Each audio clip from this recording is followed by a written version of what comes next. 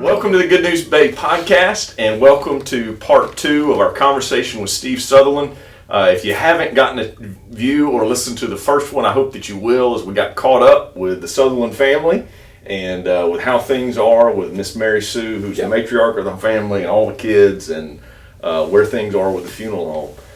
What I want to do now, though, is I want to talk a little bit with former Congressman Steve Southerland about some of the interactions that you have continued to have as I've watched you. There's a lot that I hadn't seen, but I know that you've continued to be involved with the rebuild in a variety of different ways, and you have a perspective that's very unique in that you see it from both a state and a federal level that most of the rest of us don't get to see it from. And that's some of what I want to pick your brain about. If folks go back and look at, say, the first podcast that I did with General McQueen, they get a lot of information about the rebuild relative to Panama City. And we talked some about infrastructure and a variety of things. One of the good news stories that I wanted to ask you about was the Indigo Hotel that they just broke ground on. Fantastic. You were there for that. Senator Tim Scott, who did the Republican response the other night following the President's State of the Union. Yes. So I think he made a big splash. He made a huge splash. And I'll tell you, he is he's the real deal. Tim Scott is a dear friend, and but he came, and the reason he came is because the Indigo Hotel, which is an effort by the St. Joe Company, is being built in an area that is called an opportunity zone. Okay. And opportunity zone was a designation that was created in the 2017 tax reform bill. And what it does is gives tax incentives for private investment, corporate investment into areas that perhaps have become blighted and needs assistance to create jobs and to create economic activity. Right. And what happens is if those tax benefits really are attractive to companies, especially if they have a burden and want to be, a good civic, part of a community, and St. Joe is, and they really want to make the area better. They understand that a rising tide raises all the boats, so. They made the decision to take advantage. I introduced them, as a matter of fact, George and the chairman of the board. I introduced them to Tim Scott years ago, back in 2017. And so when they came and made their plans, we called him and he said he'd come. And so he was there. Congressman Neil Dunn was there. Right. And it was just a wonderful day, the groundbreaking ceremony, and it's going to be a $40 million injection of capital into the marina. Going to have, obviously a wonderful hotel. It's going to create 150 jobs immediately. It's going to have a restaurant, and then the marina. Going to have some new marina slips there. So it's just going to be a beautiful spot for locals and our guests to enjoy. So I know that this was the groundbreaking. Yep. Is a project like that several years out? How long does it take to build something? Yeah, it'll take a project like that. It'll take a couple years. I'd say 18 months, 2 year. It's going to start in a hurry, though. I mean, when I will say this about St. Joe, when they make their decision to start something, there's not a lot of dust on them. They get That's good. They get it done. They're just an incredible blessing. For our community and for our region. They've got a lot of other projects that they've got on the books that are working right now, and it's incredible. I want to make an observation, and I don't know, man, I may be getting off course here, but over the last 14 years that I've been as an adult back in the Bay County area, I've seen a lot of different things that the St. Joe Company has been involved with. And some, I think, at times locally wonder, like, if the influence, they get disturbed by the amount of influence. And I've heard this phrase a couple of times. I can cut this out if I have to, all right? No. But here's what I've heard. Everything that is good for St. Joe is not bad for Bay County.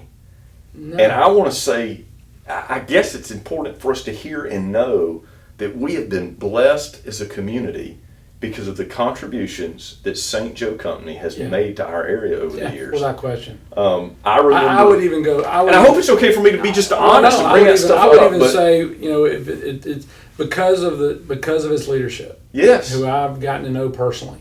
I know their values. I know what they stand for. I will tell you that I would even go a step further and say Please. that if it is good for St. Joe, they have proven that it is good for Bay County Right. and the surrounding counties. right. And so I look at what they've done all the way back to the airport. I mean, a lot of people don't realize that when the St. Joe project, when the West Bay sector, when we moved the airport over 10 years ago, Yep. that year, the previous passengers, we had 300,000 total passengers into the Panama City airport. We had one airlines. Right. It cost you almost $1,000 to fly to Panama City. We moved the airport, and a lot of controversy. There was. This is part of what I'm getting at. Yeah. It was. Listen, I mean, Well, and part of the joke was like, they're never going to grow. We're never going to need that. well, there's nothing out there but mosquitoes. That's what we heard. And so I think. But listen, where there is no vision, the people perish. And I believe that the West Bay Sector Plan, which you can see from space, it's so large. If you look at the conservation set-asides for that, Yeah. you look at the miles and miles and miles and miles and miles of bayfront that will never be developed, that you will always be able to redfish, speckled trout fish, you'll be able to duck hunt, you'll be able to, now you're going to see airplanes flying in and out, okay, but to me there's a huge environmental preservation or conservation story there. And I will tell you, just in March, okay, we had 130,000 passengers in March. So if you look at what that's going to do, the trajectory of our region has been discovered. So St. Joe, it would have never happened had it not been for their participation. I look at now what they do under George's leadership. I mean, he is really. There's a lot of locals in the company. He is actively encouraging his people to be involved in the community. We know the company; they know the community. I believe all that's true. And it's really been neat. And but you know what? We've got a lot of neat economic stories occurring in Bay County. And Well, we do, and I want to dogpile on what you said just a little bit because just this week is related to the airport. yeah, To confirm it, we saw an article. There's an article in the News Herald about the airport growth, and I think it's the fourth fastest growing airport in the country. Yeah. At a time that most airports are declining. Like nobody wants to get on a plane and go anywhere. that's right. And just this morning, I spent some time with a young man who lives in Nashville who was talking about during the pandemic era how full the planes have continued to be coming out of Nashville. I flew this morning from Reagan, Yeah. DCA. I flew up on Monday and I flew back this morning. Both planes were at a 100% capacity. Yep. It was, and I was looking at a 2-hour flight, and prices are affordable. That's a neat thing about competition. It's a beautiful thing. The free market works if it's not overtaxed, overregulated, oversubsidized. That invisible hand will find a fair price. Well, and for our folks, as we do get to past, this is good news relative to getting past the pandemic. They keep bringing more flights in. I don't fly a lot. I love Panama City so much. I just don't like to leave, to be honest.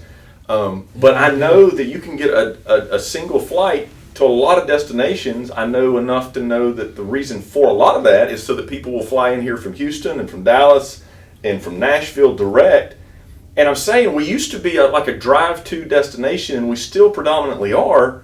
But if anybody thinks that all the folks that have been coming That's changing. to Panama City are just driving, No. they're flying in here. No, they are. And all you got to do is follow the rental car market, okay? Because you can't find a rental car. All right, well, those people, they didn't, so they flew in here. And so, it's amazing. Sunday, we had our first direct flight from Philadelphia into Panama City. So, direct flights up in the eastern seaboard, you're talking about Baltimore and DCA into Washington, and so we've been discovered. And why shouldn't we be? This is the greatest place on planet Earth. I mean, I know. We live in a place, Steve, that people work their whole life to retire to. Yep. And so you come down here, get familiar with the rhythm. Yeah. And I love the image. I told somebody this week because they were talking about how much gas costs right now, and I was like, "Look, the good news for us is if we're trying to put a positive spin on that, at least we don't have far to drive to get to paradise when you live where you vacation." That's right. That's right. So let me. I know that some of our audience is a group that when they look at all this growth, their thoughts are, well, that's going to mean lots of traffic. And we are set for a record summer. Yeah, absolutely. Just like we've had a record spring at a time a lot of others are in a slump. Help me make a pitch for people that live in Panama City and the Bay County area, that the people that are moving here, I know that I'm not 100% on what I'm asking, which is probably not good for an interviewer to do, but I know that we have a significant burden in terms of the rebuild and some of the cost we've incurred as a community. There's an infrastructure question relative to redoing some infrastructure down in the Panama City area, but just in general, we see roads going up around us. We need that infrastructure. Do the people that are moving here, that are bringing businesses here, do they help bring something here financially and carry that burden? And do the people that are vacationing help bring something for that burden? Absolutely. I mean, if you look at the tax revenue, it's only better for locals when people come and they vote with their dollar. And we have seen, first of all, Florida is a great environment for business. I will just say that right out of the gate because we don't have a personal income tax, so you're not penalized more for your hard work and your success. And so it's a good business environment as it relates to regulation. And so, I think the administration, the current administration, and the previous administration, in the governor's mansion had done a really good job of making sure that people have to have good paying jobs. Right. And Bay County understands that because if you look at the economic development we've had recently and the things that are happening, we're going to be able to change what we did for years. And what we did for years was literally export our greatest talent, and that was all of our kids because they couldn't find a job here. Right. We're changing that trend. Now you can be born here, raised here, go to school here, get a degree here, at Gulf Coast and at Florida State. You can go to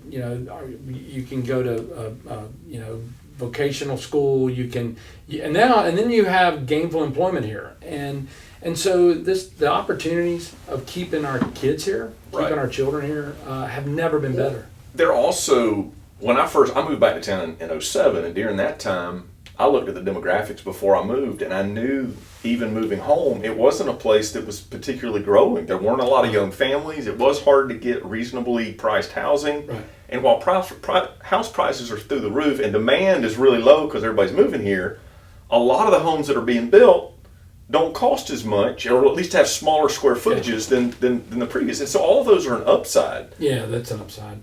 But to your point on transportation, that's our fear is that Panama City, Bay County, and the surrounding areas are growing faster than we can keep up with the transportation needs. I mean, we desperately need to widen Back Beach Road. I mean, everybody knows that out there, and I know Panama City Beach and Bay County is working feverishly, both in Tallahassee and in Washington, D.C., pushing for funding for projects like that.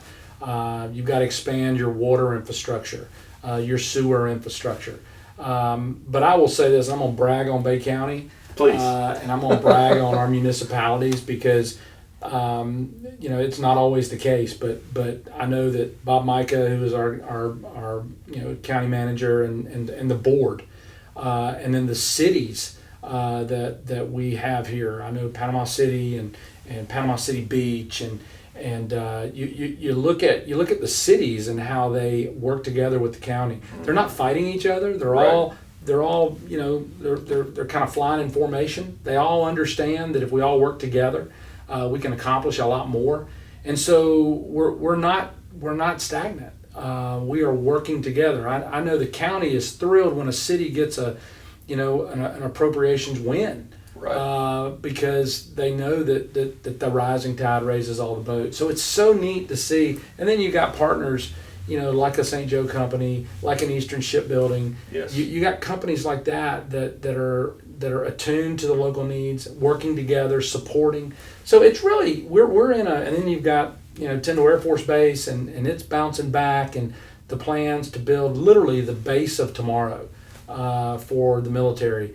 And they're leaning heavy into that. So we're talking $5 billion investment, and you're talking about creating another city on You really are. in the Callaway area. So that's going to be great for Mexico Beach, and it's bounced back. Port St. Joe. I mean, obviously the east side of town got hit worse during the hurricane than anything, Mm-hmm. but all of that is probably going to get more of a makeover than other areas. I'm hearing you say that's really happening.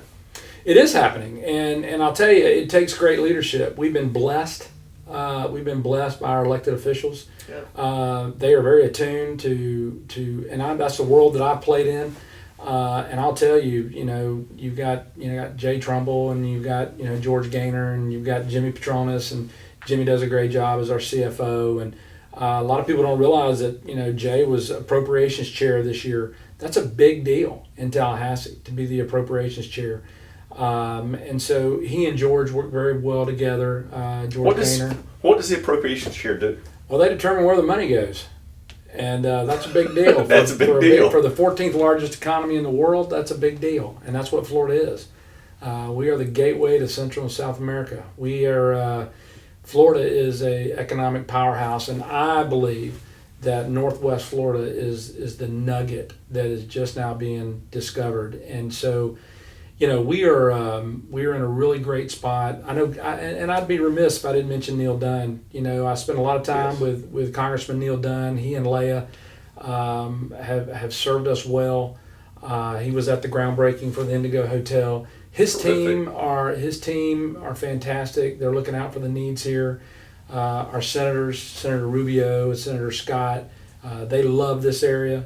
We are very important in statewide politics because it's a critical spot up here. The polls don't close, because of us. It's a different time zone here. Has your role in the consulting group that you're with? Yep. You are able, I think, to represent some local interest at a national level. That's right. And so, since that's what you're doing now, and using all the background that you've got from your time in office and the national level connections to do that, is it easy to recruit resources and people to want to come to this community? Well, we just got to get them to visit. I think if you ask Senator Tim Scott if he's going to come back to the Emerald Coast, he's already trying to figure out his next visit. I sat beside a young lady today on the plane flying down, and look, man, I'm an ambassador for this area. I'm going to talk to you about Bay County. I'm going to tell you why you need to move your business here, your family here, because it's good for all involved. It's a win-win for the people that move here. It's a win-win for the people that are here. If we've got people coming wanting to invest, Bay County Chamber of Commerce always says it's a great place to live, work, and play, and it is that. And so, and grow old, and hopefully watch your kids and your grandkids carry on like our family has done, and through the vision of my dad, Steve, and my mom, and passing that on to us now to the next generation. And I was thinking about today when we were going to talk, Steve, and I started thinking, Dad, every day of my life, my dad would tell me and Tim and Suzanne and Shane at the breakfast table, how big a dream would you dream if you knew that your dreams would come true? We heard that every day of our lives. How big of dreams would you dream if you knew that your dreams would come true? Dad has gone on. He dreamed of a big heaven, and he's there, and with a big God. But if you were to go out to the Lynn Haven Cemetery and you were to see his headstone, you would see that statement etched in that granite. I believe that there's no better place on planet Earth to dream big dreams than Bay County, Florida. You can dream big dreams here, and you can attain them and make the world a better place. And I'm so proud of our community, how we've bounced back through after the hurricane, and how we have thrived. Yeah. Okay, we haven't just survived; we're thriving, and I'm just so proud of our area. I sat through a presentation at the First Friday event for the Chamber of Commerce this past week, and they told a beautiful good news story of what's happening over here where the old airport was. Yeah. Where Sweet Bay now That's is. where I grew up. And you know that. And I did too. I could throw a rock at the old airport. Right. And so that's happening. All the stuff they told us about it, it's going to be amazing. Yeah, it's awesome. But then they had Dan Rowe give a presentation, and he told the story of what we've been through as a community. And we'll probably link that somewhere here so people can see it. But it went all the way back to the oil spill. We didn't really ever get a drop of oil, right? But we did have a downturn in the economy as a result. And then we had a tumultuous time where things were in question relative to the spring break issue, right? When things got really heated. I don't know that there's ever been a local community that didn't have a local recession when they made the decision we made as a community. And yet we didn't. And I'll tell you, it's even worse than that for parts of this. I mean, the St. Joe Mill was dismembered and done away with. Just before that, we had a net ban. I think the people of Florida made a bad decision. We got snookered, and we had a net ban. And I'm going to tell you, a lot of people that cast nets, okay, it was that money they made, put braces on children and sent kids to college, okay? And then, so you have things like that occur, and then you have bad science. And I can tell you, because this was a committee I lived on, I was on fisheries, on natural resources, and you had bad science looking out for special interest and literally do away with the red snapper season for the recreational fishermen. Right. Did away with it. They did. A year or two, okay? Totally done away with it on the East Coast. All right. So when you're a drive-to destination, you need heads and beds. You need people in restaurant. So the things that you mentioned, when you start backing all that in, and yet in spite of all of that, we are thriving. Well, yeah, it's amazing. You have on top of it the hurricane, the pandemic, and then what he shared is that we're in a time when most states are hurting. Yeah. And even in our own state, I think we're like, as a state, we're 30-something% below normal, and Bay County is 1% above. Yeah. We continue to thrive.